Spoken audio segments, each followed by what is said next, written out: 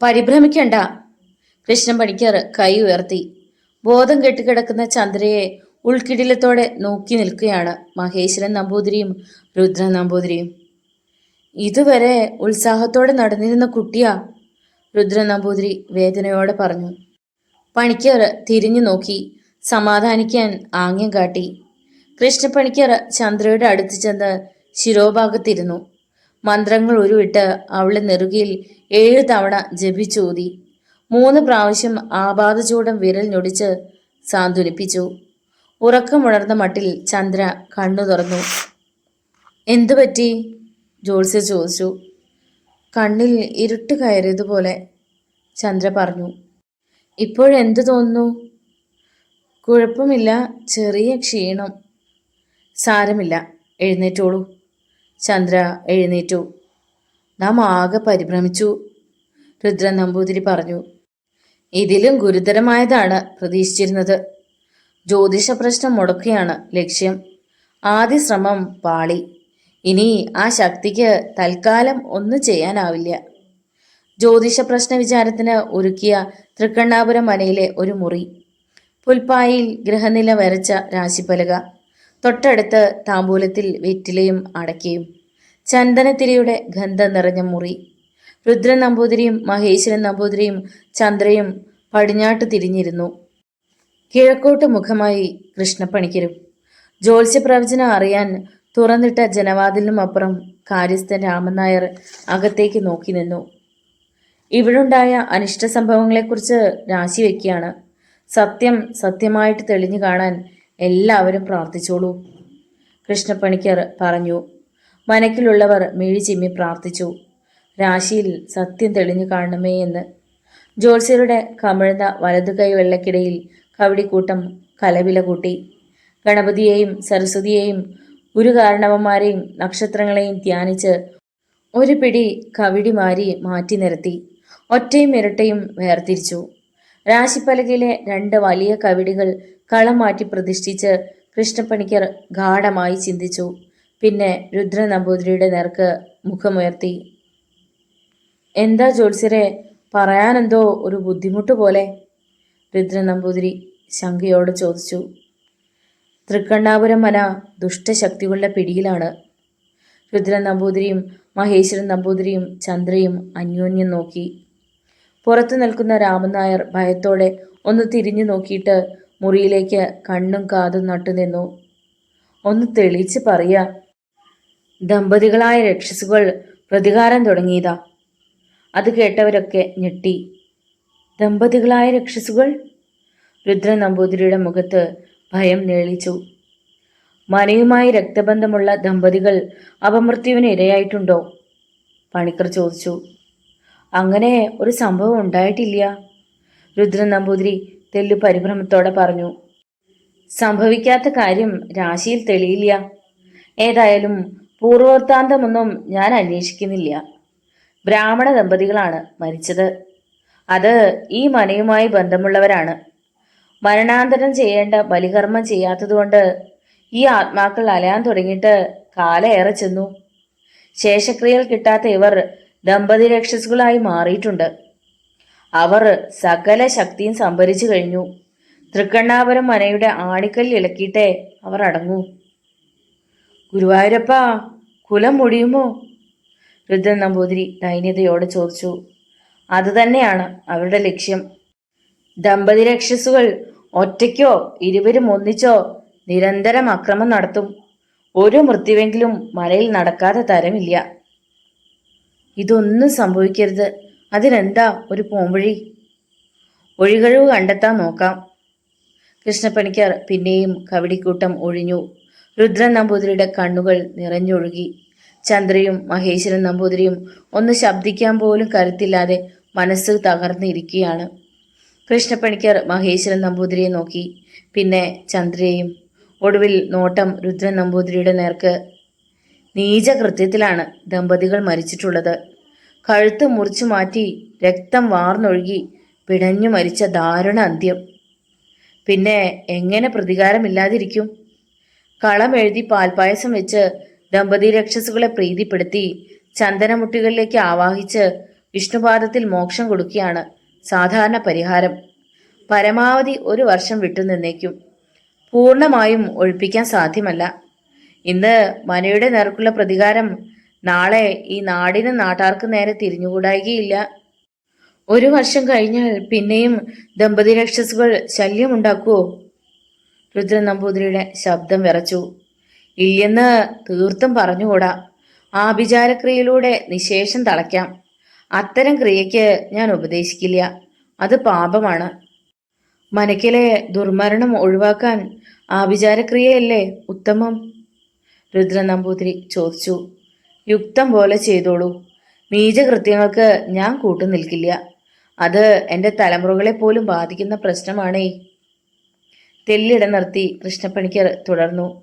വേറെ എന്തെങ്കിലുമൊക്കെ മനയെ ബാധിച്ചിട്ടുണ്ടോ എന്ന് നോക്കട്ടെ. പണിക്കർ പിന്നെയും കവടിക്കൂട്ടത്തിലേക്ക് മനസ്സൂന്നി. ആ കരിങ്കൽ ശില എന്തു ചെയ്തു? കൃഷ്ണപ്പണിക്കർ മുഖമുയർത്തി. ഏത് കരിങ്കൽ ശില? രുദ്രൻ നമ്പൂതിരി നെറ്റിച്ചൊളിച്ചു. നേരത്തോട് നേരം ആയിട്ടില്ല. അത് അശുദ്ധമായിട്ട് ഒരു മൃത്യുവെ അകറ്റിയ കല്ലാണ്. ഇന്നലെ മഹേശ്വരൻ നമ്പൂതിരി രുദ്രൻ നമ്പൂതിരിയെ നോക്കി അർദ്ധോക്തിയിൽ നിർത്തി. ഓ, മനസ്സിലായി. ഭൂമിയിൽ ആഴ്ന്നിറങ്ങിയ ആ കല്ല് പറിച്ചെടുത്ത അവൾക്കെതിരെ നാം തിരിഞ്ഞത്. രുദ്രൻ നമ്പൂതിരി പറഞ്ഞു. മുറ്റത്തെ പടിയിൽ കണ്ട ആ കല്ല് ഞാൻ വലിച്ചെറിഞ്ഞു. ശബ്ദം കേട്ട ദിക്കിലേക്ക് കൃഷ്ണപ്പണിക്കർ നോക്കി. ജനവാതിലിനപ്പുറം നിൽക്കുന്ന രാമൻ നായരെയാണ് കണ്ടത്. തൃക്കണ്ണാപുരം മനയിൽ പുരാതന ക്ഷേത്രമുണ്ടായിരുന്നതായി കാണുന്നു. വേട്ടയ്ക്കൊരു മകനാണ് പ്രതിഷ്ഠ. അത് മനയിലെ അംഗങ്ങളുടെ കുലദൈവമാണ്. കാലാന്തരെ ക്ഷേത്രം നശിച്ചു. ബിംബം അംഗവൈല്യം സംഭവിച്ച് മണ്ണടിഞ്ഞു. പക്ഷേ ചൈതന്യം നശിച്ചില്ല. അംഗഭംഗം വന്ന ബിംബത്തിന്റെ അവശിഷ്ടമായിരുന്നു ആ കല്ല്. ഈശ്വരാ! മഹേശൻ നമ്പൂതിരിയുടെ നെഞ്ചിരിപ്പ് ക്രമാതീതമായി. ഇനി അതിനെന്താ ചെയ്യണ്ടേ? മഹേശ്വരൻ നമ്പൂതിരി ചോദിച്ചു. എറിഞ്ഞ ഊക്കിൽ ചെന്ന് വീണത് പണ്ടെങ്ങോ മനുഷ്യരക്തം വീണ അശുദ്ധമായ പൊട്ടക്കിണറ്റിലാണ്. ചെറിയ ക്ഷേത്രം പണിത് പുതിയ ബിംബമുണ്ടാക്കി പ്രായശ്ചിത്തം ചെയ്ത് പഴയ പ്രതാപത്തോടെ വേട്ടയ്ക്കൊരു മകനെ പ്രതിഷ്ഠിക്കണം. ചെയ്തോളാം, രുദ്ര നമ്പൂതിരി പറഞ്ഞു. ആദ്യം രക്ഷസിന്റെ ശല്യം തീർക്കുക. എന്നിട്ട് മതി ക്ഷേത്ര നിർമ്മാണവും പ്രതിഷ്ഠയുമൊക്കെ. ദമ്പതി രക്ഷസിനെ ഒഴിവാക്കാൻ യോജിച്ച മാന്ത്രികൻ ഏതാണ്? രുദ്ര നമ്പൂതിരി ചോദിച്ചു. പ്രസിദ്ധ മാന്ത്രികൻ മാടത്ത് മൂപ്പിൽ നായർക്ക് കേമനായ ഒരു ശിഷ്യനുണ്ട്. കാളിയാട്ടെ മാധവൻ നായർ. ചുട്ട കോഴിയെ പറപ്പിക്കുന്ന മാന്ത്രികൻ. അതുവരെ ഇല്ലാത്ത ശക്തമായ കാറ്റിൽ ഉഗ്രശബ്ദത്തോടെ ജനവാതിൽപ്പാളികൾ അടയുകയും തുറക്കുകയും ചെയ്തു. പ്രശ്നം വയ്ക്കുന്ന മുറിയിൽ കാറ്റ് ചുറ്റിത്തിരിഞ്ഞു. നിലവിളക്ക് കെടുമെന്ന് എല്ലാവരും ഭയപ്പെട്ടു. കൃഷ്ണപ്പണിക്കർ ഒരു കവിടി എടുത്ത് മനസ്സിൽ ധ്യാനിച്ച് വിളക്കിൻ ചുവട്ടിൽ വെച്ചു. കാറ്റ് ശാന്തമായി. വിളക്ക് കെട്ടുപോകുന്നു നിരീച്ചു. മഹേശ്വരൻ നമ്പൂതിരി പറഞ്ഞു. തളയ്ക്കപ്പെടുമെന്ന ദമ്പതി രക്ഷസുകളുടെ പരിഭ്രമത്തിന്റെ പരിണിത ഫലമാണിതൊക്കെ. തെല്ലിട നിർത്തി കൃഷ്ണപ്പണിക്കർ തുടർന്നു. ആഭിചാരക്രിയ മാത്രം ചെയ്യുന്ന ആളാണ് മാധവൻ നായർ. അയാൾക്ക് ഒരു മകനുണ്ട്, ചന്തു. വിദ്യാസമ്പന്നൻ. ശുദ്ധകർമ്മങ്ങൾ മാത്രം അറിയുന്നവനാണ് ചന്തു. ഇതിൽ ആരെ വേണം? കർമ്മത്തിൽ അധമം വേണോ മധ്യമം വേണോ എന്നൊക്കെ വലിയ നമ്പൂതിരി തീരുമാനിച്ചാൽ മതി. രുദ്രൻ നമ്പൂതിരി ശിരസിളക്കി. എന്നിട്ട് ചോദിച്ചു. കാളിയാട്ടെ മാധവൻ നായരുടെ വീട് എവിടെയാണ്? ഈ ദേശത്തിനും വടക്ക് തിരൂരിനും അപ്പുറം താനാളൂരിൽ. മഹേശ്വര, രുദ്രൻ നമ്പൂതിരി അനുജന്റെ നേരെ നോക്കിയിട്ട് പറഞ്ഞു. ജോത്സ്യര് പറയുന്ന ദിശ ഓർത്തു വെക്കണം. കാളിയാട്ടെ മാധവൻ നായരെ തെരഞ്ഞു പോകേണ്ടത് നീയാണ്. ശരി. മഹേശ്വരൻ നമ്പൂതിരി പണിക്കരുടെ നേർക്ക് തിരിഞ്ഞു. വീട് കണ്ടെത്താൻ കൃത്യമായ അടയാളം പറയുക, രുദ്രൻ നമ്പൂതിരി ആവശ്യപ്പെട്ടു. താനാളൂരിലെ പെരുമ്പാത വക്കത്ത് നരസിംഹമൂർത്തി ക്ഷേത്രം. അതിൻ്റെ കിഴക്ക് ഭാഗത്ത് നിന്ന് നേരെ വയൽപ്പരമ്പിലൂടെ 1.5 ഫർലോങ് നടക്കണം. വരമ്പ് ചെന്ന് ചേരുന്നിടത്ത് ഒരാൽമരം കാണാം. അവിടെ വെച്ച് വരമ്പ് 4 ദിക്കിലേക്കും വ്യാപിച്ച് നീണ്ടിരിക്കും. വടക്കോട്ടുള്ള വരമ്പ് നേരെ ചെല്ലുന്നത് ഒരു പടിപ്പുരയിൽ. അത് കടന്നാൽ ചതുരക്കുളം. കുളത്തിന് കിഴക്ക് രക്തചാമുണ്ടി ക്ഷേത്രം. ഇതിന് രണ്ടിലും ഇടയിൽ കൂടി 30 വാര വടക്കോട്ട് നടന്ന കാളിയാട്ട് തറവാട്ടുമുറ്റത്ത് ചെല്ലാം. മനസ്സിലായി, മഹേശ്വരൻ നമ്പൂതിരി പറഞ്ഞു. അതുവരെയുള്ള ഗ്രഹനിലയും രാശിഫലവും എഴുതി രുദ്രൻ നമ്പൂതിരിക്ക് കൊടുത്തിട്ട് കൃഷ്ണപ്പണിക്കർ രാശി മടക്കി എഴുന്നേറ്റു. സപ്തതി വിശേഷം ചോദിക്കാൻ കൃഷ്ണപ്പണിക്കർക്ക് മനസ്സ് വന്നില്ല. അതിനുള്ള അന്തരീക്ഷമല്ല മനയിലുള്ളത്. മഹേശ്വര, നാളെ രാവിലെ തന്നെ പുറപ്പെട്ടോളൂ, കാളിയാട്ടെ മാധവൻ നായരുടെ വീട്ടിലേക്ക്, രുദ്രൻ നമ്പൂതിരി പറഞ്ഞു. മടക്കയാത്രക്കിടയിൽ പൂമുഖത്ത് വെച്ച് കൃഷ്ണപ്പണിക്കർ തിരിഞ്ഞു നിന്നു. താനാളൂർ ക്ഷേത്രത്തിന്റെ പടിഞ്ഞാറ് ഭാഗത്തെ വരമ്പിലൂടെ പോകുമ്പോൾ ചില അസ്കിതകൾ ഉണ്ടായേക്കും. ഭയപ്പെടരുത്, തിരിഞ്ഞു നോക്കുകയരുത്. കൃഷ്ണപ്പണിക്കരുടെ വാക്കുകൾ മഹേശ്വരൻ നമ്പൂതിരിയുടെ മനസ്സിൽ ഭയത്തിന്റെ കനൽ കോരിയിട്ടു. മനക്കിലുള്ളവർ ജ്യോത്സ്യരെ യാത്രയാക്കി. ദമ്പതി രക്ഷസുകളെ തളയ്ക്കാൻ വൈകിക്കുന്ന ഓരോ ദിവസവും മനക്കിലുള്ളവർ മരണത്തിന്റെ കൈപ്പിടിയിൽ മുറുകിക്കൊണ്ടിരിക്കുകയാണ്. മനയിലുള്ളവരുടെ തലയിൽ അഗ്നികുണ്ഡം ജ്വലിച്ചു. കൃഷ്ണപ്പണിക്കർ പോയി കഴിഞ്ഞപ്പോൾ രുദ്രൻ നമ്പൂതിരി ചാരുകസേരയിലിരുന്നു. മഹേശ്വരൻ നമ്പൂതിരിയുടെ ഉള്ളം അസ്വസ്ഥമായി. രുദ്രൻ നമ്പൂതിരി അനുജന്റെ നേർക്ക് മുഖമുയർത്തി. മാധവൻ നായർ വേണോ, മകൻ ചന്തു വേണോ? വിധിക്ക് വിട്ടുകൊടുക്കാം. കാളിയാട്ട് തറവാട്ടിൽ ആദ്യം കാണുന്നത് ആരെയാണോ അയാളാവട്ടെ ദമ്പതി രക്ഷസിനെ തളയ്ക്കുന്നത്. രണ്ടുപേരെയും ഒരുമിച്ച് കണ്ടാൽ? രുദ്രൻ നമ്പൂതിരി ആശയക്കുഴപ്പത്തിലായി. പിന്നെ തീരുമാനം പറഞ്ഞു. മാധവൻ നായർ തീരുമാനിക്കട്ടെ. രുദ്രൻ നമ്പൂതിരി ദീർഘനിശ്വാസം വിട്ടു. പിറ്റേന്ന് അതിരാവിലെ തന്നെ മഹേശ്വരൻ നമ്പൂതിരി കാളിയാട്ടെ മാധവൻ നായരുടെ വീട്ടിലേക്ക് പുറപ്പെടാൻ ഒരുങ്ങി. ഒന്ന് വേഗം പോയിക്കോളൂ. രുദ്രൻ നമ്പൂതിരി അടുത്തു വന്നു. കൂട്ടിന് രാമൻ നായരെ കൂടി? മഹേശ്വരൻ നമ്പൂതിരി മടിച്ചു ചോദിച്ചു. കൊണ്ടുപോയിക്കോളൂ. രാമൻ നായരെ തുണയ്ക്കു കൂട്ടി മഹേശ്വരൻ നമ്പൂതിരി ജീപ്പിൽ പുറപ്പെട്ടു. താനാളൂർ നരസിംഹമൂർത്തി ക്ഷേത്രത്തിന്റെ വടക്ക് വശത്തെ റോഡിൽ ജീപ്പ് നിർത്തി. നമുക്ക് ആരോടെങ്കിലും വഴി ചോദിക്കാം, രാമൻ നായർ പറഞ്ഞു. അത് നല്ലതാ. അവരുടെ അടുത്തുകൂടി പോകുന്ന ആളുടെ അടുത്ത് ചെന്ന് മഹേശ്വരൻ നമ്പൂതിരി ചോദിച്ചു. മാന്ത്രികൻ കാളിയാട്ട മാധവൻ നായരുടെ വീട് എവിടെയാണ്? ഞാൻ അതുവഴിക്കാ, വന്നോളൂ. വഴിപോക്കൻ ഒരു ചെറുപ്പക്കാരനാണ്. അയാളുടെ പിന്നാലെ മഹേശ്വരൻ നമ്പൂതിരിയും രാമൻ നായരും നടന്നു. കുറേ ദൂരം നടക്കണം. നിങ്ങൾ എവിടുന്നാ? ചെറുപ്പക്കാരൻ ചോദിച്ചു. തൃക്കണ്ണാപുരം മനേന്നാ, കുറേ വടക്ക്. നടക്കുന്നതിനിടയിൽ വഴിയിൽ കണ്ട 2 കല്ല് ചെറുപ്പക്കാരൻ കുനിഞ്ഞെടുത്തു. ഇതെന്തിനാ കല്ല്? വഴിയിൽ നായ്ക്കളുടെ ശല്യമുണ്ടോ? നായ്ക്കളെ ശല്യമൊന്നുമില്ല. അതുവഴി പോകുമ്പോൾ കയ്യിൽ കല്ല് കരുതണം. കൂട്ടത്തിൽ ഒരാളുടെ കയ്യിലുണ്ടായാലും മതി, ചെറുപ്പക്കാരൻ പറഞ്ഞു. നിങ്ങൾ പറയണതൊന്നും ഞങ്ങൾക്ക് മനസ്സിലാവണില്ല. മഹേശ്വരൻ നമ്പൂതിരിയുടെ ക്ഷമ കെട്ടു. അവർ വിശാലമായ വയലിന്റെ മധ്യയുള്ള വീതിയേറിയ വരമ്പിലൂടെ നടക്കുകയാണ്. നിങ്ങൾക്ക് ഭയമുണ്ടോ? ചെറുപ്പക്കാരൻ ചോദിച്ചു. ഉവ്, രണ്ടാളും പറഞ്ഞു. ഭയമില്ലാത്തവർ ഭയത്തോടെയാ പച്ച പകൽ പോലും ഇതുവഴി നടക്കുക. എന്താ കാര്യമെന്ന് തൽക്കാലം പറയില്ല. അതെന്താ ചോദിച്ചത് രാമൻ നായർ. അത് പറഞ്ഞാൽ പേടിത്തൊണ്ടന്മാരായ നിങ്ങൾ ഇതുവഴി വരില്ല. വരമ്പിലൂടെ പോകുമ്പോൾ ചില അസ്കിതകൾ ഉണ്ടാവുമെന്ന് കൃഷ്ണപ്പണിക്കർ പറഞ്ഞത് മഹേശ്വരൻ നമ്പൂതിരി ഓർത്തു. പിന്നെ അവരൊന്നും ചോദിച്ചില്ല. ചെറുപ്പക്കാരൻ പറഞ്ഞതുമില്ല. ഉഴുതു മറിച്ചിട്ട വയൽ, വേനൽ മഴയേറ്റ് പുല്ലുകൾ നാമ്പു നീട്ടിയത് ഇളം പച്ചപ്പരവതാനി വിരിച്ചതുപോലെ. അതിന്റെ മധ്യത്തിലാണ് ഇരുപുറവും കറുകപ്പുല്ല് പടർന്നു കിടക്കുന്ന വരമ്പ്. വരമ്പിലെ ചെറിയ മാളങ്ങളിൽ ഇറുക്കുകാലം നീട്ടി നിൽക്കുന്ന ചുവന്ന ഞണ്ടുകൾ. വഴിയാത്രക്കാരെ കണ്ട് അവ മാളങ്ങളിലേക്ക് വലിഞ്ഞു. വയൽ വരമ്പിന്റെ വക്കത്ത് ചെറിയ ഒരു പറമ്പ്, അതിൽ ഒരു വീട്. ഓടുകൾ തകർന്ന് ജനൽ ഗ്ലാസുകൾ ഉടഞ്ഞു വീണ് ആൾതാമസമില്ലാത്ത വീട്. വീടിന്റെ അടുത്തെത്തിയാൽ നിൽക്കരുത്, തിരിഞ്ഞു നോക്കാതെ ഓടണം, ചെറുപ്പക്കാരൻ നിർദ്ദേശിച്ചു. രാമൻ നായരും മഹേശ്വരൻ നമ്പൂതിരിയും തെല്ലു ഭയത്തോടെ ശിരസിളക്കി. വീടിന് സമീപത്തെത്തിയ ഉടനെ ചെറുപ്പക്കാരൻ വീടിന് നേർക്ക് കല്ലെറിഞ്ഞ് തിരിഞ്ഞു നോക്കാതെ ഓടി. തൊട്ടു പിന്നാലെ മഹേശ്വരൻ നമ്പൂതിരിയും രാമൻ നായരും. വരമ്പിന് മാർഗതടസ്സമായി നിൽക്കുന്ന ആൽമുരച്ചുവട്ടിൽ എത്തിയപ്പോഴേക്കും അവർ നല്ലതുപോലെ വിയർത്തിരുന്നു.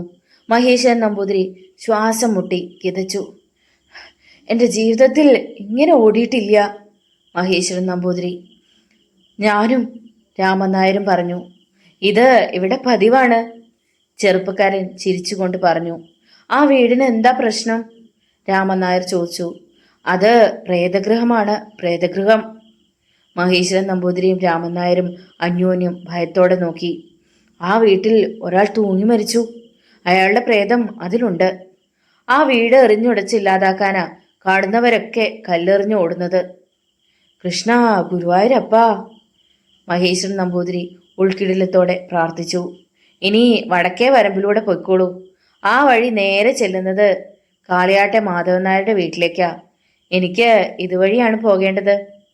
ചെറുപ്പക്കാരൻ മറ്റൊരു വഴിക്ക് തിരിഞ്ഞു. ആകെ ഭയാവണു. മഹേശ്വരൻ നമ്പൂതിരി അങ്ങനെ പറഞ്ഞ് വടക്കേ വരമ്പിലേക്ക് തിരിഞ്ഞു. പിന്നാലെ രാമൻ നായരും. ഇതേ സമയത്ത് കാളിയാട്ട് മാധവൻ നായർ ഉപാസനാമൂർത്തിയായ രക്തചാമുണ്ടി വിഗ്രഹത്തിനു മുമ്പിലിരുന്ന് പ്രാർത്ഥിക്കുകയായിരുന്നു. രൗദ്രഭാവം പൂണ്ട രക്തചാമുണ്ടി വിഗ്രഹം ചുവപ്പ് ചെമ്പരത്തിമാല ചാർത്തിയിരിക്കുന്നു. മുന്നിലെ പീഠത്തിൽ കത്തിച്ച നിലവിളക്കും ചന്ദനത്തിരിയും. ചെറിയ ഓട്ടുരുളിയിൽ രക്തവർണ്ണമുള്ള ഗുരുതി. ചമ്രം പടിഞ്ഞിരുന്ന് ഇരു കൈകളും കാൽമുട്ടിന്മേൽ മലർത്തിപ്പിടിച്ച് ചൂണ്ടുവിരലും തള്ളവിരലും ചേർത്ത് പിടിച്ച് ഉഗ്ര ഉപാസനയിലാണ് മാധവൻ നായർ. 50 വയസ്സോളം പ്രായം തോന്നിക്കും. മുഖത്ത് പരുഷഭാവം. അമ്മേ, രക്തചാമുണ്ടേശ്വരി, മഹാമായേ! മാധവൻ നായർ നെറ്റിത്തടത്തിലേക്ക് കൈകൾ കൊണ്ടുവന്ന് കൂപ്പി. മെല്ലെ എഴുന്നേറ്റ് ശംഖ് ഗുരുതിയിൽ മുക്കി വിഗ്രഹത്തിൽ അഭിഷേകം ചെയ്തു. പൂജാമുറിക്കുള്ളിൽ ഓംകാര മന്ത്രം മുഴങ്ങി. താലത്തിലെ പുഷ്പം ഇരു കൈകളിലും പകുത്തു പിടിച്ച് ചാമുണ്ടി വിഗ്രഹത്തിന്റെ പാദങ്ങളിൽ അർപ്പിച്ച് വണങ്ങിയ ശേഷം മാധവൻ നായർ പുറത്തിറങ്ങി പൂജാമുറി അടച്ചു. കാളിയാട്ട് തറവാട്ടിലെ പൂമുഖത്ത് ദൂരയാത്രയ്ക്കുള്ള ഒരുക്കത്തോടെ ഇരിക്കുകയാണ് ചന്തു. ചാമുണ്ടേശ്വരി പൂജയും കഴിഞ്ഞ് അച്ഛൻ തിരിച്ചെത്തുന്നതും കാത്ത് ഐശ്വര്യത്തിന്റെ നിറകുടമായ ഒരു ചെറുപ്പക്കാരൻ. 25 വയസ്സിലധികം പ്രായം കാണില്ല. കഴുത്തോളം നീട്ടി വളർത്തിയ തലമുടി, ആകർഷണ ശക്തിയുള്ള കണ്ണുകൾ. മുറ്റത്തെ കന്നിപോലെയുള്ള സർപ്പക്കാവിലെ കരിങ്കല്ലിൽ തീർത്ത സർപ്പവിഗ്രഹങ്ങളിൽ കണ്ണു നട്ടിരിക്കുകയാണ് ചന്തു. പത്തായപ്പുരയുടെ മൂല കടന്ന് പൂമുഖത്തേക്ക് വരുന്ന അച്ഛനെ കണ്ട് ചന്തു ആദരവോടെ എഴുന്നേറ്റു നിന്നു. യാത്ര പുറപ്പെടാറായില്ലേ? മാധവൻ നായർ മകനെ നോക്കി. ഉവ്വ്. മഠത്തിൽ കുഞ്ചുനാരുടെ വീടിന്റെ വടക്ക് കിഴക്കേ മൂലയിലാണ് ഗുളികന്തറ. വരിക്കപ്പുലാവിന്റെ ചുവട്ടിൽ. അവിടെ പാമ്പിന്റെ ആവാസമുണ്ട്, സൂക്ഷിക്കണം. ഉവ്വ്. നിന്റെ ജാതകം ഇന്നലെ ഞാൻ നോക്കിയിരുന്നു. ശുക്രദശയുടെ ആരംഭം. അച്ഛനേക്കാൾ വലിയ മാന്ത്രികനാവാൻ യോഗം. മലയാളക്കരയുടെ മാന്ത്രിക പട്ടം നിന്നെ കാത്തിരിക്കുന്നു. അത് നേടിയെടുക്കാനുള്ള നാളുകൾ അടുത്തുകൊണ്ടിരിക്കുകയാണ്. ഒക്കെ അച്ഛന്റെ അനുഗ്രഹം. ശുദ്ധകർമ്മങ്ങൾക്കൊന്നും നിന്നെ മഹാമാന്ത്രിക പദവിയിൽ എത്തിക്കാൻ കഴിയില്ല. സംഹരിക്കാനും പിടിച്ചടക്കാനുമുള്ള ആവേശത്തിൽ ആഭിചാരക്രിയകൾ തുടങ്ങണം. ചന്തു നീരസത്തോടെ അച്ഛനെ നോക്കി. അച്ഛൻ പറയുന്നതെല്ലാം ഇന്ന് വരെ അനുസരിച്ചിട്ടേ ഉള്ളൂ. പക്ഷേ ആഭിചാരക്രിയയുടെ പാതകൾ തുറന്നിട്ടാൽ അതുവഴി ഞാൻ സഞ്ചരിക്കില്ല. ഗുരുത്തക്കേടായി തോന്നരുത്. എന്തുകൊണ്ട് കളം മാറ്റി ചവിട്ടിക്കൂടാ? ആഭിചാരക്രിയയുടെ പാപഭാരം പേറുകയാണ് ഈ തറവാട്. മുഖം മനസ്സിൽ പതിയുന്നതിനു മുമ്പ് അമ്മ മരിച്ചു. ദുർമന്ത്രവാദത്തിന്റെ കൂരമ്പുകൾ ഏറ്റുപിടഞ്ഞ പ്രേതാത്മാക്കളുടെ മൂർച്ചയേറിയ ശാപവചനങ്ങൾ തറവാടിന്റെ തായ്വേര് അറുത്തുകൊണ്ടിരിക്കുകയാണ്. ഇതെല്ലാം പകൽ പോലെ വ്യക്തമായി അറിഞ്ഞിട്ടും ആഭിചാരക്രിയയുടെ പാതകളിൽ സഞ്ചരിച്ച് ഞാൻ സ്വയം നശിക്കണോ അച്ഛാ? മാധവൻ നായർ ചന്തുവിന്റെ നെറുകിൽ തലോടി പുഞ്ചിരിച്ചു. എൻ്റെ മകൻ ആഴത്തിൽ ചിന്തിക്കുന്നു. വളരെ നല്ലത്. പക്ഷേ വിധി വഴിയിൽ തങ്ങില്ല കുട്ടി. മഹാമാന്ത്രിക യോഗത്തിന്റെ തുറന്നിട്ട വാതായനങ്ങൾ തേടി അറിയാതെ നീ സഞ്ചരിക്കും. നീ ഉപേക്ഷിച്ച ആഭിചാര മന്ത്രങ്ങൾ പിഴയ്ക്കാതെ നിന്റെ നാവിൻ തുമ്പിൽ ഉയരും. ആ മന്ത്രഗ്രന്ഥം നിന്റെ നെഞ്ചകത്ത് കൂടുകൂട്ടും. യാത്രാനുമതി നൽകിയാലും. ചന്തു പോകാൻ ധൃതിപ്പെട്ടു. മാധവൻ നായർ മകനെ അനുഗ്രഹിച്ചു. നിന്റെ മനസ്സ് അച്ഛനായിട്ട് കലുഷിതമാക്കുന്നില്ല. ഭാണ്ഡമെടുത്ത് ചുമലിലേക്കിട്ട് ചന്തു അച്ഛനെ നോക്കി. മടക്കം 3-ാം പക്കം. അഷ്ടദിക്കിലും രക്തചാമുണ്ടേശ്വരി നിന്നെ തുണയ്ക്കും. ചന്തു പൂമുഖപ്പടി ഇറങ്ങി.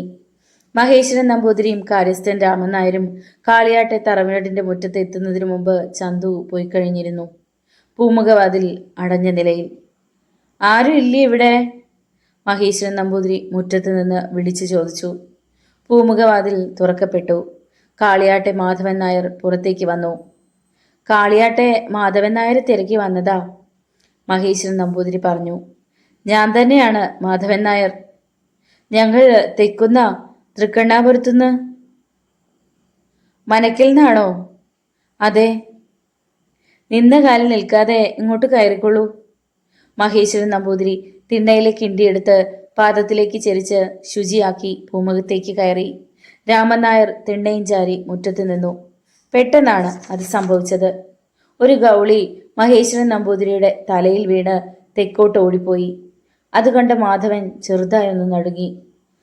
ഗൗളിശാസ്ത്രപ്രകാരം മൂർധാവിൽ പല്ലി വീണാൽ അയാളുടെ മരണം ആസന്നം. രക്തചാമുണ്ടേശ്വരി മരണസൂചനയാണല്ലോ, മാധവൻ നായർ മന്ത്രിച്ചു. എനിക്ക് മരിക്കാൻ സമയമായി അല്ലേ? മഹേശ്വരൻ നമ്പൂതിരി നിറഞ്ഞ കണ്ണുകളോടെ മാധവൻ നായരെ നോക്കി. മഹേശ്വരൻ നമ്പൂതിരിക്ക് ഗൗളിശാസ്ത്രം അറിയുമായിരുന്നു. വിധി വഴിയിൽ തങ്ങില്ല. സംഭവിച്ചതിനെപ്പറ്റി വേവലാതിയും വേണ്ട. ഒക്കെ ദൈവനിശ്ചയം. മാധവൻ നായർ മഹേശ്വരൻ നമ്പൂതിരിയെ സമാധാനിപ്പിക്കാൻ ശ്രമിച്ചു.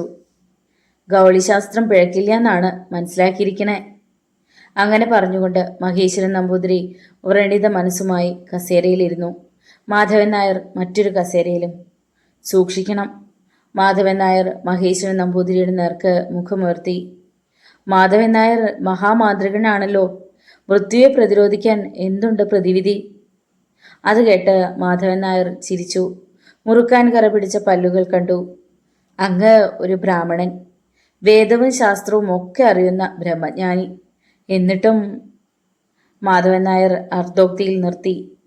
അല്പകാലം കൂടി ജീവിച്ചിരിക്കണമെന്ന് മോഹം, അതുകൊണ്ട് ചോദിച്ചതാ, മഹേശ്വരൻ നമ്പൂതിരി ഇടറിക്കൊണ്ട് പറഞ്ഞു.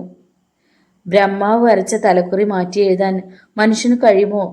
എന്തായാലും ഒരു കാര്യം ചെയ്യാം. കഴിയുന്നത്ര ദിവസവും പ്രഭാതത്തിൽ മല്ലൂർ ശിവപാർവതി ക്ഷേത്രത്തിൽ ചെന്ന് ദർശനം നടത്തുക. ആയുസ് ദീർഘിപ്പിക്കാൻ മനസ്സുരുകി പ്രാർത്ഥിച്ചോളൂ. തൃക്കണ്ണാപുരത്തു നിന്നും തൃപ്പങ്ങോട് ശിവക്ഷേത്രത്തിലേക്ക് അധികം ദൂരെ ഇല്ലാത്തോണ്ട് എല്ലാ തിങ്കളാഴ്ചയും മഹാദേവന് കൂവളമാല വഴിപാടും കഴിക്കുക. മാർക്കണ്ഡേയനെ കാലന്റെ പാശത്തിൽ നിന്നും രക്ഷപ്പെടുത്തിയ ആളാണല്ലോ തൃപ്പങ്ങോട്ടപ്പൻ. ശരി, അങ്ങനെ ചെയ്തോളാം. ഇനി വന്ന കാര്യം പറഞ്ഞോളൂ. മഹേശ്വരൻ നമ്പൂതിരി കൃഷ്ണപ്പണിക്കർ എഴുതിയ ചാർത്ത് നീട്ടി. കുറിപ്പ് വായിച്ചു കൊണ്ടിരിക്കെ അയാളുടെ നെറ്റി ചുളിഞ്ഞു. തെല്ല അമ്പരപ്പോടെ മുഖമുയർത്തി മഹേശ്വരൻ നമ്പൂതിരിയെ നോക്കി. പിന്നെ മുറ്റത്തേക്കിറങ്ങി മുറ്റത്തെ സർപ്പക്കാവിലുള്ള നീരിട്ടി മരത്തിന്റെ വടക്കേ കൊമ്പിലേക്ക് നോക്കി. അതിന്മേൽ ഇരിക്കുന്ന ബലിക്കാക്കയെ കണ്ടു. അതിന്റെ ഇരിപ്പും ദിശയും മനസ്സിലാക്കി തിരികെ വന്നിരുന്നു. മനക്കിലെ മൂത്ത വ്യക്തിയുടെ പേരും ജനിച്ച നാളും മലയാള മാസവും പറയുക. മാധവൻ നായർ. രുദ്രൻ നമ്പൂതിരി. മേടമാസത്തിലെ അനീഴ നക്ഷത്രം. മഹേശ്വരൻ നമ്പൂതിരി പറഞ്ഞു. വിവാഹിതനാണോ? അല്ല, ഞാനും വിവാഹം ചെയ്തിട്ടില്ല. ഞങ്ങൾക്ക് ഒരു സഹോദരി ഉണ്ടായിരുന്നു. അവരാണ് വിവാഹം ചെയ്തത്. ഒന്നമർത്തി മൂളിയിട്ട് മാധവൻ നായർ ഏകാഗ്രതയോടെ മന്ത്രമുരുവിട്ട് മിഴികൾ ചിമ്മി അല്പനേരം ധ്യാനത്തിലായി. പിന്നെ കണ്ണു തുറന്നു. ഈ ദമ്പതി രക്ഷസുകളുടെ യഥാർത്ഥ രൂപം തല വേർപെട്ട നിലയിലാണല്ലോ. ദാരുണമായ ഒരു അന്ത്യമാണ് അവർക്കുണ്ടായത്. അതിനെക്കുറിച്ചൊന്നും മനക്കിലുള്ള ആർക്കും അറിയില്ല. ആഴത്തിലേക്ക് ഞാൻ ചോദിക്കുന്നില്ല. പക്ഷേ ഈ രഹസ്യം അറിയാവുന്ന ഒരാൾ ഇന്നും ജീവിച്ചിരിക്കുന്നുണ്ട്. മഹേശ്വരൻ നമ്പൂതിരി മാധവൻ നായരുടെ മുമ്പിൽ പതറി. അയാൾ കാര്യസ്ഥൻ രാമൻ നായരെ ദൈന്യതയോട് നോക്കി. മാധവൻ നായർ പറഞ്ഞു. 2 മരണം മനയിൽ സംഭവിച്ചിട്ടുണ്ടല്ലോ.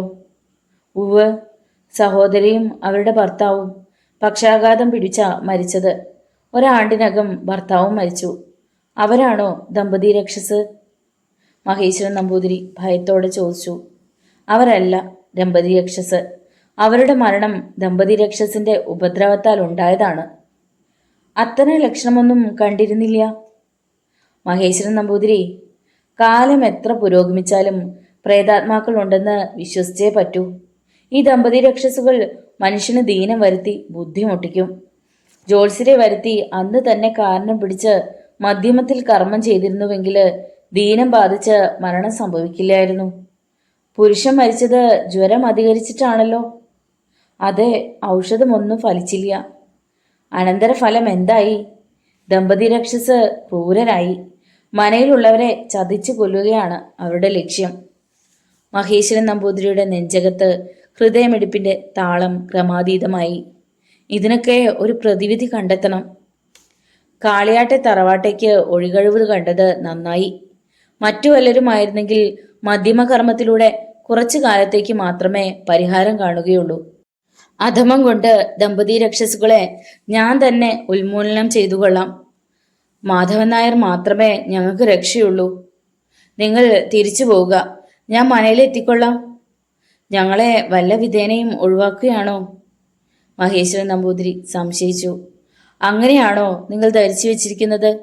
തൃക്കണ്ണാപുരം മന എനിക്കറിയാം. മാധവൻ നായരെ കൂട്ടാതെ ഞങ്ങൾ തിരികെ ചെന്നാൽ വലിയ തിരുമേനി വഴക്ക് പറഞ്ഞാലോ? നിങ്ങൾ ഒരു സത്യം മനസ്സിലാക്കണം. ദമ്പതി രക്ഷസ് നിസ്സാരക്കാരല്ല. അവരുടെ ശക്തി എത്രത്തോളം ഉണ്ടെന്ന് എനിക്ക് നേരിട്ടറിയണം. ത്രിസന്ധ്യ നേരത്ത് മനക്കിൽ കയറി വരുമ്പോഴേ അത് അറിയുകയുള്ളൂ. ഇപ്പോഴാ ആശ്വാസമായത്. മഹേശ്വരൻ നമ്പൂതിരി ദീർഘമായി നിശ്വസിച്ചു. അയാൾ എഴുന്നേറ്റു. ഞങ്ങൾ ഇറങ്ങട്ടെ? അങ്ങനെ ആവട്ടെ, സൂക്ഷിച്ചു പോവുക. അപ്പോഴാണ് മഹേശ്വരൻ നമ്പൂതിരിക്ക് ഒരു കാര്യം ഓർമ്മ വന്നത്. അയാൾ മാധവൻ നായരുടെ നേർക്ക് തിരിഞ്ഞു. വഴിക്ക് വെച്ച് കല്ലെറിഞ്ഞ് തകർത്ത ഒരു വീട് ഞങ്ങൾ കണ്ടു. വർഷങ്ങൾക്ക് മുമ്പ് ഒരാൾ തൂങ്ങിച്ചത്ത വീടാണത്. ആ വീട്ടിൽ പിന്നെ ആരും താമസിച്ചിട്ടില്ല. മരിച്ച ആളുടെ പ്രേതത്തെ പലരും കണ്ടു. അതോടെ മനുഷ്യനെ ഭയപ്പെടുത്തുന്ന വീടായി. അവിടെ എത്തുമ്പോൾ ഒന്ന് സൂക്ഷിക്കുന്നത് നന്ന്. മഹേശ്വരൻ നമ്പൂതിരിയും രാമൻ നായരും കാളിയാട്ടെ മാധവൻ നായരുടെ വീട്ടിൽ നിന്നും മടങ്ങി. മാധവൻ നായർ വൈകുന്നേരം 4 മണിയോടെ കുളിയും ജപവും കഴിഞ്ഞ് രക്തചാമുണ്ഡി ക്ഷേത്രത്തിലെത്തി. ശ്രീകോവിലിന്റെ മുമ്പിൽ തൂക്കിയ ഓട്ടുമണി മുഴക്കി തിരുനട തുറന്ന് അകത്തു കടന്നു. രാവിലെ കത്തിച്ച നിലവിളക്കിന്റെ തിരികൾ അണഞ്ഞിട്ടില്ല. എങ്കിലും അവ മങ്ങിയാണ് കത്തിയിരുന്നത്. വിളക്കിലെ തിരികൾ നീട്ടിയ ശേഷം രക്തചാമുണ്ഡി വിഗ്രഹത്തിന് അഭിമുഖമായി ചമ്രം പടിഞ്ഞിരുന്ന് മാധവൻ നായർ പ്രാർത്ഥിച്ചു. അമ്മേ മഹേശ്വരി, ദുഷ്ടശക്തികളെ നിഗ്രഹിക്കുന്ന രക്തചാമുണ്ടേശ്വരി, ബ്രാഹ്മണ കുടുംബം അധിവസിക്കുന്ന തൃക്കണ്ണാപുരം മനയെ ബാധിച്ച ദമ്പതി രക്ഷസുകളെ ബന്ധിക്കണമെന്ന അപേക്ഷയുമായി മനക്കിലെ അംഗങ്ങൾ എന്നെ സമീപിച്ചിരിക്കുന്നു. സർവസംഹാര രൂപിണി തായേ, ആ ദുഷ്ടശക്തികളുടെ പിടിയിൽ നിന്നും അവിടുത്തെ അംഗങ്ങളെ മോചിപ്പിക്കാൻ അമ്മയുടെ ഭക്തവത്സലൻ ഇതാ പുറപ്പെടുന്നു. എന്നുമെന്നും ഇടവും വലവും തുണച്ച് എന്നെ കാത്തുകൊള്ളുന്ന ചാമുണ്ടേശ്വരി, ഈ യാത്രയുടെ ആരംഭം മുതൽ അവസാനം വരെയും അടിയന് തുണയാവണേ. ദമ്പതി രക്ഷസുകളെ പ്രതിരോധിക്കാൻ അടിയന് ശക്തി തരണേ. വണങ്ങി എഴുന്നേറ്റ മാധവൻ നായർ വിഗ്രഹത്തിന്റെ പാദത്തിൽ ഊറിക്കിടന്നിരുന്ന ബുദ്ധിപ്രസാദം പെരുവിരൽ കൊണ്ട് തോണ്ടിയെടുത്ത് നെറ്റിയിൽ മൂർധാവിനു നേരെ കുറി വരച്ചു. ഉപാസനമൂർത്തിയെ വീണ്ടും വണങ്ങി. ഭിത്തിയിൽ ചാരി വെച്ചിരുന്ന കാരിരുമ്പിന്റെ ത്രിശൂലം തൊട്ടു നെറുകയിൽ വച്ച ശേഷം പരമഭക്തിയോടെ കയ്യിലെടുത്തു. പുറത്തിറങ്ങി ശ്രീകോവിൽ നട അടച്ച് ഓട്ടുമണി മുഴക്കി പുറത്തിറങ്ങി.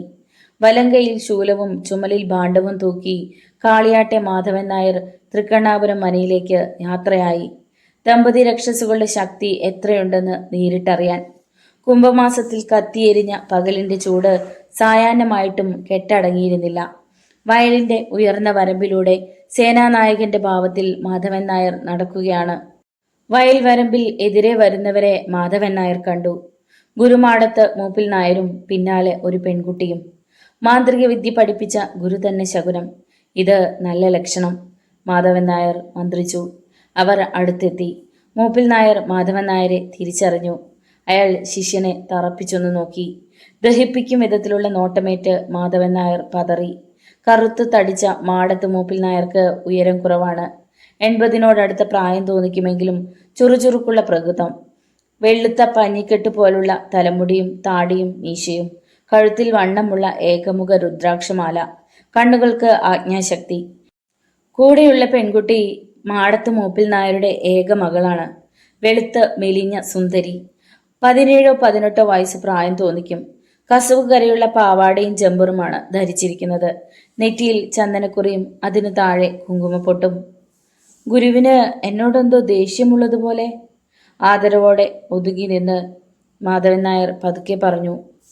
മാന്ത്രിക വിദ്യ പഠിച്ച് ദക്ഷിണ വെച്ച് നമസ്കരിച്ചപ്പോ നിറഞ്ഞ മനസ്സോടെ നിന്നെ ഞാൻ അനുഗ്രഹിച്ചിട്ടേ ഉള്ളൂ.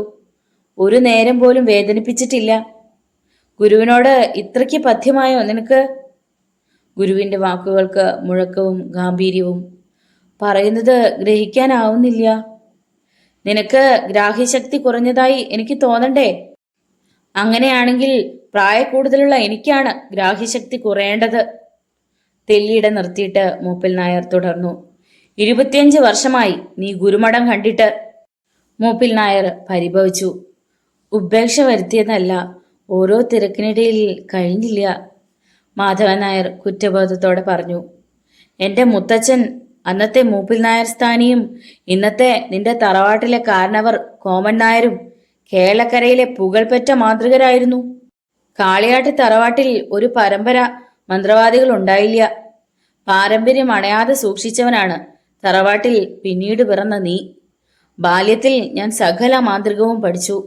വിവാഹിതനും ഒരു കുട്ടിയുടെ അച്ഛനുമായ ശേഷമാണ് എന്റെ ശിഷ്യത്വത്തിലൂടെ നീ മാന്ത്രികം പഠിച്ചത്. ഉവ്, ഒന്നും മറന്നിട്ടില്ല. ഓർമ്മകൾ അസ്തമിക്കാതിരിക്കാൻ പറഞ്ഞുവെന്ന് മാത്രം. വല്ലപ്പോഴുമൊക്കെ മാടത്ത് തറവാട്ടിൽ വരണം. വരാൻ കഴിയാത്തതിൽ പശ്ചാത്താപമുണ്ട്. ശരി. ഒന്നിരുത്തി മൂളിയിട്ട് മൂപ്പിൽ നായർ മകളെ നോക്കി. പിന്നെ മാധവൻ നായരുടെ നേരെ തിരിഞ്ഞിട്ട് പുഞ്ചിരിയോടെ ചോദിച്ചു, ഈ പെൺകുട്ടിയെ നീ കണ്ടിട്ടുണ്ടോ? മാധവൻ നായർ യുവതിയെ നോക്കി. നേരത്തെ കണ്ട പരിചയമില്ല. അറിയുമെന്നും അറിയില്ലെന്നും പറയാനാവാത്ത അവസ്ഥയിൽ മൂപ്പിൽ നായർ പരിങ്ങി. എങ്ങനെ അറിയാനാ? മാടത്ത് തറവാട്ടിലേക്ക് വല്ലപ്പോഴും ഒക്കെ കയറി നോക്കണം. സത്യമായിട്ടും ഈ കുട്ടിയെ എനിക്ക് തിരിച്ചറിയാൻ കഴിയുന്നില്ല. എൻ്റെ മകൾ ദേവു, നീ ഓമനിച്ചിരുന്ന ദേവൂട്ടി. അങ്ങനെ പരിചയപ്പെടുത്തുന്നേരം മൂപ്പിൽ നായരുടെ കണ്ണുകളിൽ നനവ് പരന്നു. മാധവൻ നായരുടെ കണ്ണുകൾ വിടർന്നു. മാടത്ത് തറവാട്ടിൽ മാന്ത്രികം പഠിക്കുമ്പോൾ എല്ലാവരുടെയും ഓമനയായി ഓടിക്കളിച്ചിരുന്ന കുരുന്നു പെൺകുട്ടിയുടെ അവ്യക്ത ചിത്രം മാധവൻ നായരുടെ മനസ്സിൽ തെളിഞ്ഞു. താൻ മാന്ത്രികം പഠിക്കാൻ മാടത്ത് വീട്ടിലെത്തുമ്പോൾ ചന്തുവിന് പ്രായം 10, ദേവൂട്ടിക്ക് 7. പ്ലാവില കൊണ്ട് പാത്രമുണ്ടാക്കി മണ്ണ് വാരി കുഞ്ഞിച്ചോറും കൂട്ടാനും വെച്ച് കളിച്ചിരുന്ന അവരുടെ ബാല്യകാലം മാധവൻ നായരുടെ സ്മൃതിപഥത്തിൽ തെളിഞ്ഞ ചിത്രങ്ങളായി. എന്താടോ ആലോചിക്കുന്നത്?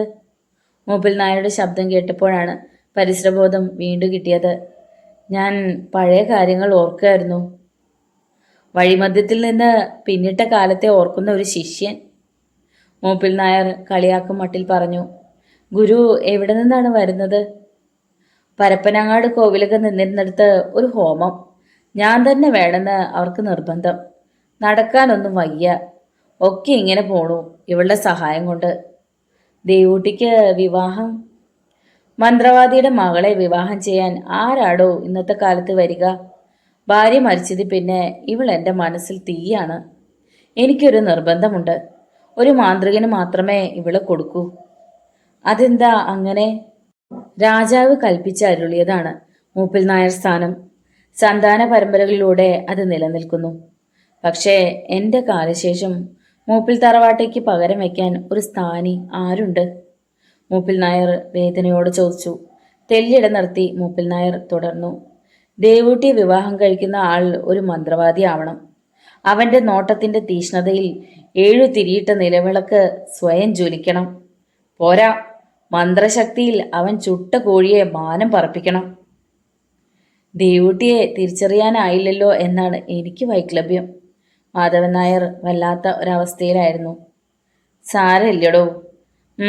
നിനക്കൊരു മകനുണ്ടല്ലോ, എന്താണ് അവന്റെ പേര്? മൂപ്പിൽ നായർ ഓർമ്മയിൽ ചികഞ്ഞു. ചന്തുവേട്ടൻ. മാധവൻ നായരും മൂപ്പിൽ നായരും അമ്പരപ്പോടെ ദേവുവിനെ നോക്കി. ചന്തുവിന്റെ പേര് പറഞ്ഞത് അവളാണ്. അരുതാത്തത് പറഞ്ഞുവോ എന്ന പരിഭ്രമം ദേവുവിന്റെ മുഖത്ത്. മൂപ്പിൽ നായർ സ്നേഹത്തോടെ മകളുടെ നെറുകയിൽ തലോടി മാധവൻ നായരെ നോക്കി പുഞ്ചിരിച്ചു. ദേവൂട്ടിക്ക് ചന്തുവേട്ടന് ഓർമ്മയുണ്ടോ? മാധവൻ നായർ അവളെ നോക്കി. ചെറിയൊരു ഓർമ്മ. ദേവു നാണത്തോടെ മുഖം കുനിച്ചു. മാന്ത്രികം പഠിച്ചിട്ടുണ്ടാവും ചന്തു നിന്റെ ശിക്ഷണത്തിൽ. മൂപ്പിൽ നായർ മാധവൻ നായരുടെ നേർക്ക് മുഖമുയർത്തി. ഉവ്, പക്ഷേ അധമ കർമ്മം ചെയ്യാൻ അവൻ ഒരുക്കമല്ല. അതങ്ങനെ ഉണ്ടാവൂ. കാലം മാറിയതല്ലേ. കോളേജിലൊക്കെ പഠിച്ച കുട്ടികൾ അവരെ ഒന്നും കോഴി വെട്ടി കർമ്മം ചെയ്യാൻ കിട്ടില്ല. പക്ഷേ നിന്റെ മകൻ അങ്ങനെ ആവരുത്. കാളിയാട്ട തറവാടിന്റെ മന്ത്രവാദ പാരമ്പര്യം അവൻ നിലനിർത്തണം. ഞാൻ അവനെ ഉപദേശിക്കുന്നുണ്ട്. വർത്തമാനം പറഞ്ഞ് നേരം പോയതറിഞ്ഞില്ല. നിന്റെ യാത്ര എവിടെ വരെ? തൃക്കണാപുരം മനയോളം. അവിടെ ദമ്പതി രക്ഷസിന്റെ ഉപദ്രവം. വൈകിക്കണ്ട, ത്രിസന്ധിയോടെ എത്തേണ്ടതല്ലേ, പൊയ്ക്കോളൂ. മൂപ്പിൽ നായരും ദേവും നടന്നു. 10 അടി നടന്ന മാധവൻ നായരും നിന്നു തിരിഞ്ഞു നോക്കി. മൂപ്പിൽ നായരുടെ പിന്നാലെ നടന്ന് നീങ്ങുന്ന ദേവു. നിതംബം മറിഞ്ഞ് നീണ്ടു പരന്നു കിടക്കുന്ന തലമുടി. മാധവൻ നായർ മന്ദഹസിച്ചു. പിന്നെ നടത്തം തുടർന്നു. പകൽ ഇരുളിന് വഴിമാറിക്കൊടുക്കുന്ന ധന്യമുഹൂർത്തത്തിലാണ് മാധവൻ നായർ തൃക്കണാപുരത്തെത്തിയത്. പടിഞ്ഞാറൻ മാനത്ത് ചിതറിയ കാർമേഘത്തുണ്ടുകൾക്കിടയിലൂടെ അസ്തമയ സൂര്യന്റെ പൊൻവെളിച്ചം. ചുകപ്പ് കുങ്കുമപാത്രം മാനത്ത് തട്ടിമറിഞ്ഞതുപോലെ. കൂടണയാൻ പറക്കുന്ന ബലിക്കാക്കകൾ. തൃക്കണാപുരം മലയുടെ പടിപ്പുരയിലേക്കുള്ള വീതിയേറിയ വഴിയുടെ തുടക്കത്തിൽ മാധവൻ നായർ നിന്നു. വഴിയോട് ചേർന്നുള്ള മുളങ്കാട്. കാറ്റൊന്ന് വീശിയ നേരം മുളങ്കൂട്ടത്തിന്റെ മർമ്മരം അന്തരീക്ഷത്തിൽ ഭീതി പടർത്തി. കാലൻകോഴിയുടെ കരച്ചിലുയർന്നു.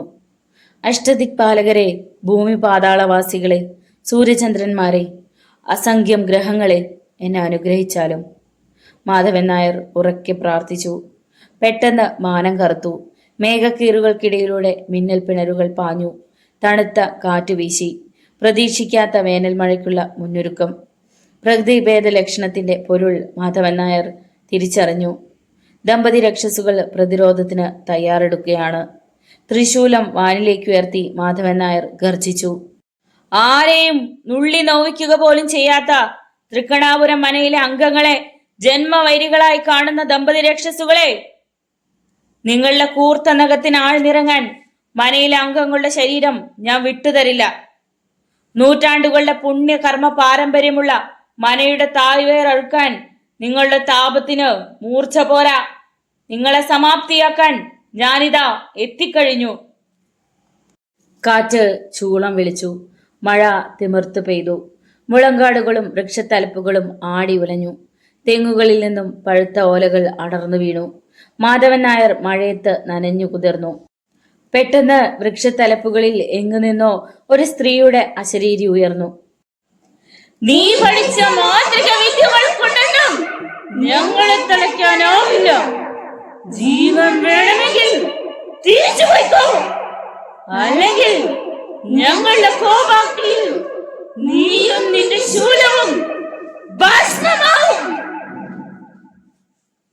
ഗുരുകാരണവന്മാരിൽ നിന്നും കനിവോടെ പകർന്നു കിട്ടിയ മന്ത്രതന്ത്രങ്ങൾ എനിക്ക് നിഷ്ഫലമെങ്കിൽ ഒളിഞ്ഞും പതുങ്ങിയും നിൽക്കാതെ എന്റെ നേർക്ക് വരിൻ. നിങ്ങളുടെ ശക്തി ദുർഗങ്ങളായ മായിക വലയം ഈ തൃശൂലത്തിൽ കൊരുത്ത് 6 അടി മണ്ണിൽ കുഴിച്ചു മൂടി അതിനു മീതെ നാട്ടുമാവിന്റെ തയ്യും നട്ട് മഴകും ഈ മന്ത്രവാദി കാളിയാട്ടെ തറവാട്ടിലേക്ക്.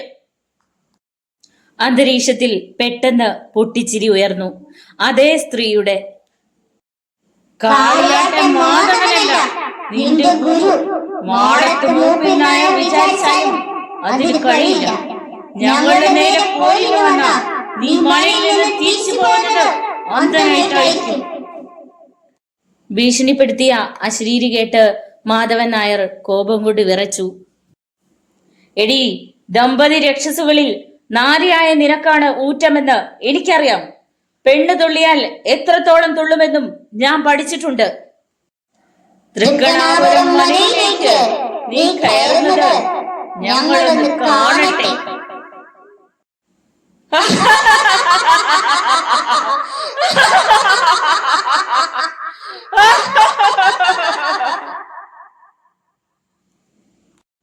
വെല്ലുവിളി ഉയർന്നു. ഒപ്പം ദിഗന്ധങ്ങൾ മുഴങ്ങുമാറ് പൊട്ടിച്ചിരിയും. ഗുരുകാരണവന്മാരെയും രക്തചാമുണ്ടേശ്വരിയെയും മനസ്സിൽ ധ്യാനിച്ച് കനത്ത കാറ്റും മഴയും വകവയ്ക്കാതെ പടിപ്പുരയിലേക്ക് കാലെടുത്ത് വച്ചതും മാധവൻ നായരുടെ മുമ്പിൽ പടിപ്പുരവാതിൽ കൊട്ടിയടയ്ക്കപ്പെട്ടു. വിഘ്നങ്ങളുടെ മുമ്പിൽ പതറാതെ മാധവൻ നായർ തൃശൂലം അടഞ്ഞ വാതിലിന് നേരെ ഓങ്ങിയതും ആരോ വലിച്ചു തുറന്നതുപോലെ വാതിൽപ്പാളികൾ താനെ തുറന്നു. പടിപ്പുര കടന്ന മാധവൻ നായരുടെ ഓരോ ചുവടുവയ്പും സാഹസികമായിരുന്നു. ഒഴുക്കിനെതിരെ നീന്തുന്നത് പോലെ ദമ്പതി രക്ഷസുകൾ കാറ്റും മഴയുമായി തൊടുത്തുവിട്ട പ്രതിരോധത്തെ അതിജീവിച്ച് സകല ശക്തിയും സംഭരിച്ചുകൊണ്ടാണ് മുന്നോട്ട് നടന്നത്. 4 അടി മുന്നോട്ട് വെക്കുമ്പോൾ 3 അടി പിന്നോക്കം പോയി. അങ്ങനെ ഒരുവിധം മനയുടെ മുറ്റത്ത് വന്ന മാധവൻ നായർ നിന്നു കിതച്ചു. മുറ്റം നിറയെ മഴവെള്ളം. പിന്നെയും മുന്നോട്ട് നടക്കാൻ ഭാവിച്ച നിമിഷം എങ്ങു നിന്നോ പറന്നു വന്ന കരിവണ്ട് മാധവൻ നായരുടെ വലതു കണ്ണിൽ കുത്തി. ഓ രക്തം ചാമുണ്ടേശ്വരി! സഹിക്കാനാവാത്ത വേദനയോടെ മാധവൻ നായർ വലതു കണ്ണ് പൊത്തി അലറി. എന്റെ വലതു കണ്ണിന്റെ കാഴ്ച കുത്തിപ്പൊട്ടിച്ച നീച രക്ഷസുകളെ! അന്ധത കൊണ്ടൊന്നും എന്റെ മന്ത്രശക്തി തകർക്കാൻ നിങ്ങൾക്കാവില്ല. രക്തചാമുണ്ടേശ്വരിയാണ് സത്യം. പെട്ടെന്ന് മിന്നൽ പിണറികളുണ്ടായി. ഇടിവെട്ട് മുഴങ്ങി. പ്രതികാരത്തോടെ തൃശൂലം ഇരുകൈയിലും പിടിച്ച് മുറ്റത്ത് ആഞ്ഞു കുത്തിയിറക്കി. ശൂലം തറച്ച ഭൂമിയിൽ നിന്നും രക്തം ചിന്തി. തെറിച്ച രക്തം മുഴുവൻ മാധവൻ നായരുടെ മുഖത്തേക്ക്. കാളിയാട്ടെ മാധവൻ നായർ ഉറക്കെ ചിരിച്ചു, ഭ്രാന്തമായ ആവേശത്തോടെ. നോവലിന്റെ തുടർന്നുള്ള ഭാഗങ്ങൾക്കായി കാത്തിരിക്കുക. ഇതുവരെ ചാനൽ സബ്സ്ക്രൈബ് ചെയ്യാത്തവരാണെങ്കിൽ ദയവായി ഒന്ന് സബ്സ്ക്രൈബ് ചെയ്യുക. നിങ്ങളുടെ വിലയേറിയ അഭിപ്രായങ്ങളും നിർദ്ദേശങ്ങളും വിമർശനങ്ങളും കമന്റ് ബോക്സിൽ രേഖപ്പെടുത്തുക. നാളെ കാണാം. നന്ദി.